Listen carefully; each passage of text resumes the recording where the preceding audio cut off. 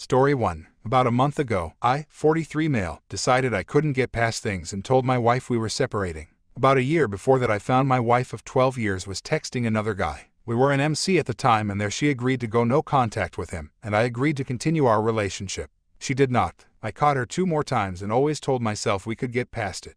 Now I know I only feared being alone. I don't know if they ever met physically, but I strongly suspect they did. My ex does have some mental health issues, and I always thought that if I could help her manage those, I'd find the woman I married and loved underneath. I'm now convinced that if she does get through all of it, she'll just find a woman who doesn't love or respect me under there. We own a business together where she's been undermining me and talking about me to our staff. After another fight about that, where she tried to pretend that we never agreed to something, I had the realization that things weren't going to change. The affair wasn't the cause of our trouble, it was a symptom of it. Fortunately, no kids, but we do have to deal with the business, our house, and our dogs. So luckily, we have a suite in our basement that I moved into. I'm living there until we sort out the separation agreement and figure out who gets what. It's boring and lonely as heck, but at least I have a path forward with a reason for optimism at the end. Now, let's get some reaction from the comments section. Reader comment: start getting out and doing things for yourself. Start living your life and get your head on straight, and then things will start to be a whole lot clearer to you. I personally would separate your money and start to get a picture of how to separate the business just in case there is no reconciliation.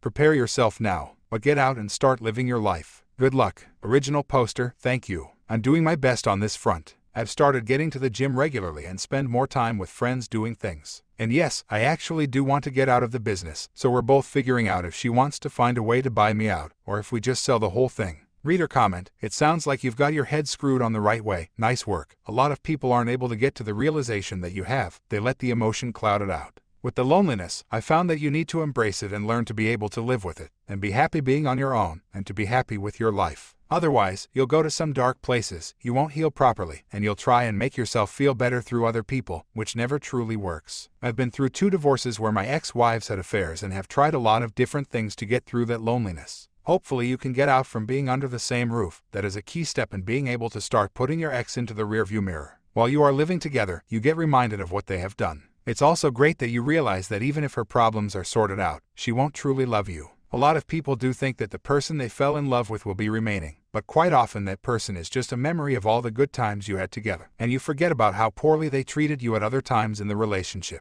In these scenarios, I always believe that it happens because one person in the relationship loves their partner more than they love themselves, and the other person loves themselves more than they love you. And that kind of relationship dynamic is never going to work, regardless of anything else. We need to try and find a relationship where both people adore each other. Original poster, hey thanks. Seeing it broken down really helps. I think I can avoid those dark places, but I'm aware that I need to keep busy. Reader comment: do you have a legal separation agreement? If so, it's time to get out there and date. The second you moved to the basement, she started seeing her AP in the flesh. No reason for you to sit on the shelf. Go out and have some fun. It sucks getting divorced, but it's better to live in peace than live a lie with a cheater. Original poster: we don't yet, but we're getting there. We are agreeing to a list of assets this weekend. Once we have that, we'll approach a mediator to hammer out the details. We did agree not to bring anyone back to the house, so if she's seeing her AP, it's not in my face, and other than that, honestly, I don't care. I'm honestly still pretty frightened of dating again. I have a bit of a dad bod, I'm on the shorter side of things and have some social anxiety. I know I will in the future, but the idea of it is a bit scary for me right now.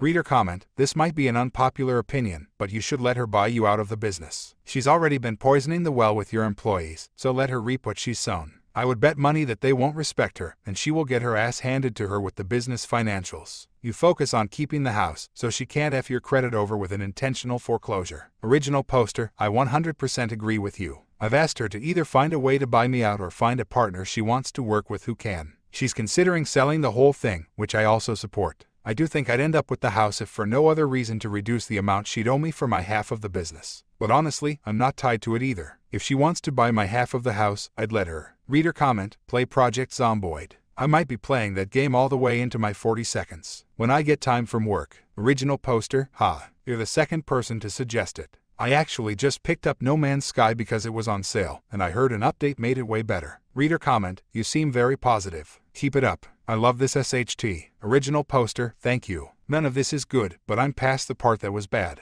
Honestly, I'm not even angry anymore. Story 2. I have been married with my wife for 7 years without kids. We both are South Asians and live in Germany. I am a marketing manager, and she has been a homemaker since we got married. I have been living even before my marriage in Europe, and my wife joined me here after our marriage. My age is 35 and she is 32 years old. Ours has been a loving marriage for 7 years with a fair share of ups and downs which every couple experiences. The major issues have been finance, in-laws, and extended family related. My wife is a single child and is very much connected to her parents and consults and informs them on every topic of her life, including our issues. This year in March, my wife started an online course in international trade, but this included people from nearby areas and cities. I had motivated her to do the course as she could start a career in Germany post the course. The course started in Jan this year. The course was in German language and definitely stressful and tough for a non-German. Everything was going well until in September this year I started feeling emotional and physical distance from my wife. My gut feels and intuition was telling me something was not right.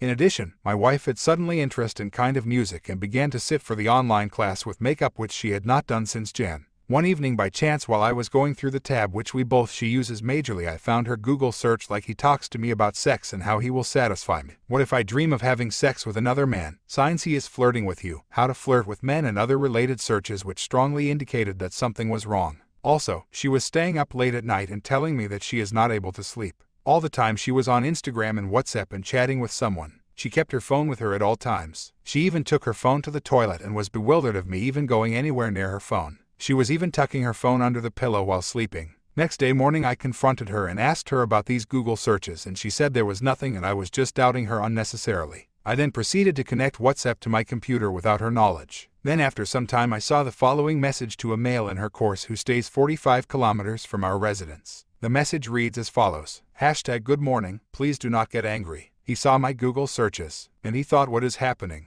He is on and off taking my phone. Don't message me for now. I will tell you later everything in detail. Bad day I had. She sent this message and immediately deleted the complete chat. I saw this and immediately flared and shouted at her. It was stupid on my part to confront her immediately, whereas I should have waited to see her future exchanges with him. She told me that she wrote to him under stress and that she has no connection with him. But definitely I cannot trust her yet. Till this date she keeps changing her story and comes up with a new story every time. When asked to show her deleted WhatsApp messages, she declines and says I should believe her oral version. She asked for divorce if I ask her for her deleted WhatsApp chats. She has moved back to her parents and tells me that I do not trust her, and she does want to live with me. Now she completely denies any wrongdoing which she agreed partially in the past. Let me know what you think of my